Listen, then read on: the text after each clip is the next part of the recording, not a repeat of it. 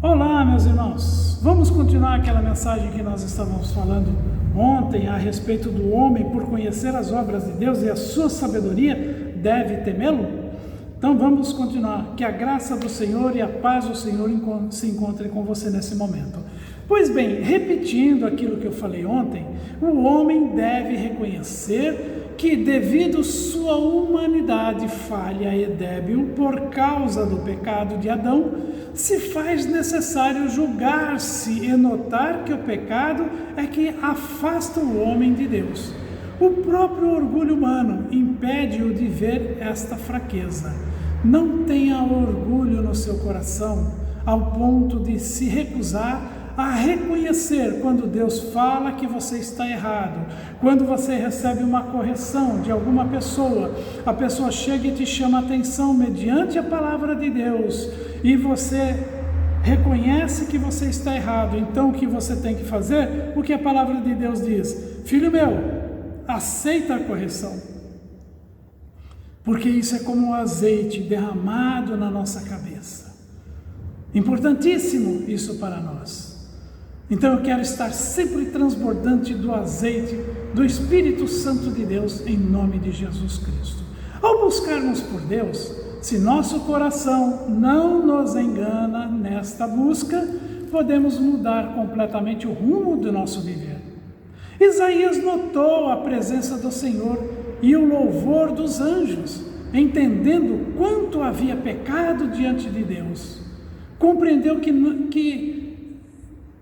não é qualquer esperança, que não havia qualquer esperança de alcançar o padrão divino de santidade. Então ali ele temeu.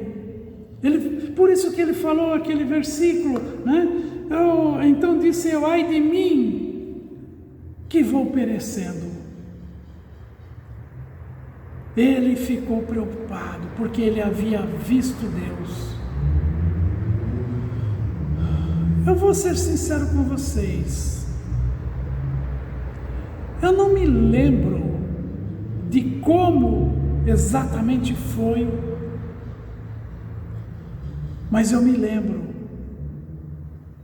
que, bem, essa história eu já contei, que um dia eu saí de uma determinada igreja, fui para uma outra igreja, e naquele momento ali, Deus falou no meu coração.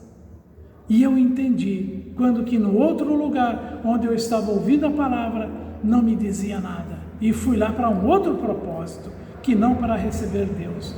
Deus tocou em mim. Isso eu lembro direitinho. Eu não lembro que dia que foi. Não lembro. Foi nos anos... Foi... 70... 80... 83... Não me lembro. Não me lembro direito, né, quando é que foi. Faz um bocadinho de tempo, não é verdade? Mas tudo que ficou no meu coração, a partir daquele momento que eu entendi, eu procurei mais e mais aprender de Deus. O primeiro amor, quando vem ao nosso coração, ele é tremendo. Ele vem para nos queimar mesmo todas as coisas erradas e nos dar vida e vida em abundância. Louvado seja Deus por isso. Eu fiz uma caminhada, irmãos, nesse dia que eu compreendi Jesus, eu fiz uma caminhada, nada de uns 30 quilômetros. Isso já era 11 horas, 11 e pouco da noite, que eu não consegui condução, e saí da freguesia do Ó até minha casa em Osasco, no Jardim de Santo Antônio.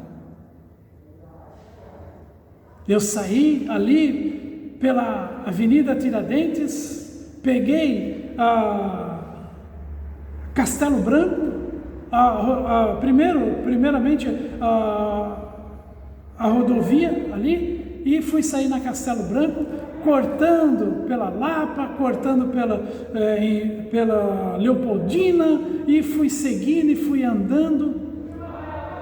E naquela igreja onde eu estava com uma mochila vazia, carregando algumas coisas. Eu enchi aquela mochila de panfletos de mensagens cristãs que eu peguei naquela igreja onde eu estava.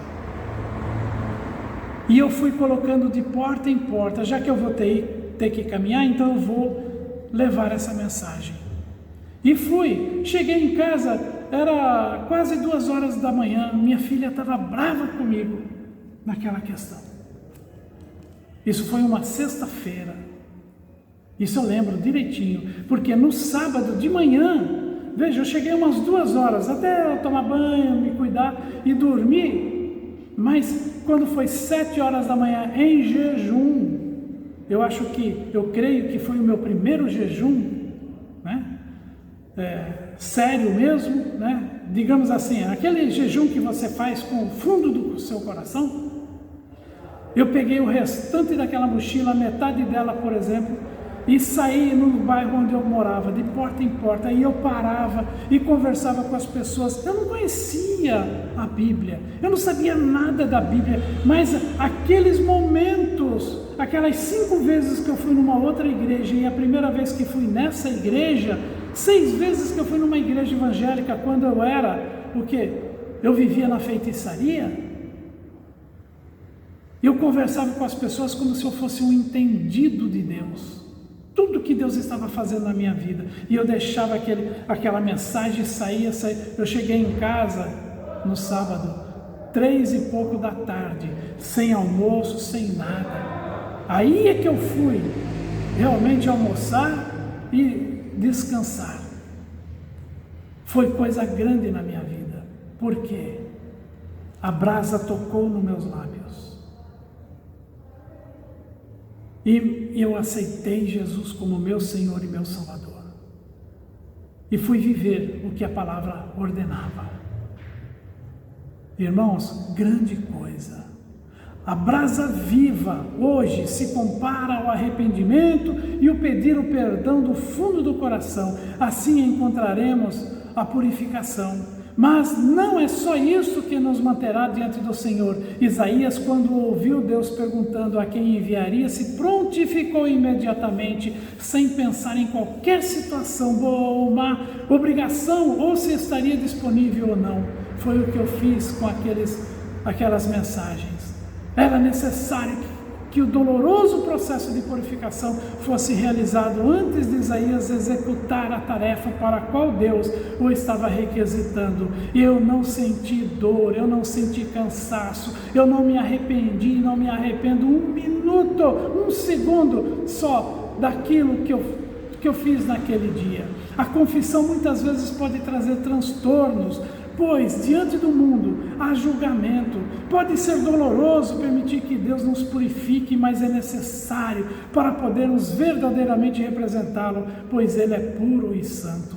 Josué, do 24:19, então Josué disse ao povo: não podereis servir ao Senhor, porquanto é Deus santo, é Deus zeloso, que não perdoará as vossas transgressões, nem os vossos pecados.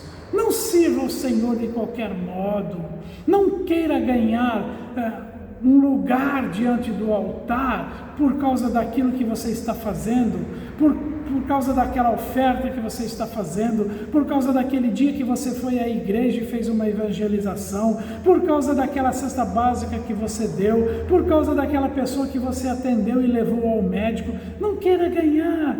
Não se preocupe com isso não. Ninguém pode servir a Deus a não ser com um coração sincero. Se houver qualquer tipo de engano, Ele não aceitará tal pessoa. Aqueles que não se submetem ao Altíssimo estão sempre cheios de problemas. Já percebeu? Dominados por lutas e são vencidos nas batalhas. Ora, o Espírito Santo é onisciente e por isso sabe de tudo. O Senhor diz que os que usarem de fraude não ficarão na casa do Senhor. Salmo 101, versículo 7. O que usa de engano não ficará dentro da minha casa. O que profere mentiras não estará firme perante os meus olhos. Quem quer andar com o Senhor e tê-lo ao seu lado como refúgio? Fortaleza e socorro, bem presente na hora do ataque do inferno, deve buscar o perdão dos pecados e a bênção de caminhar com Ele. fiel e honestamente. Do contrário, quando menos esperar, o diabo requisitará a permissão para oprimi-lo por você ser infiel de coração. Entendeu, meu irmão? Glórias a Deus. Puxa vida, eu fui me envolvendo aqui e passou o tempo do qual eu estava determinado a fazer. Mas é gostoso falar de Jesus, é gostoso falar daquilo que Ele fez por nós.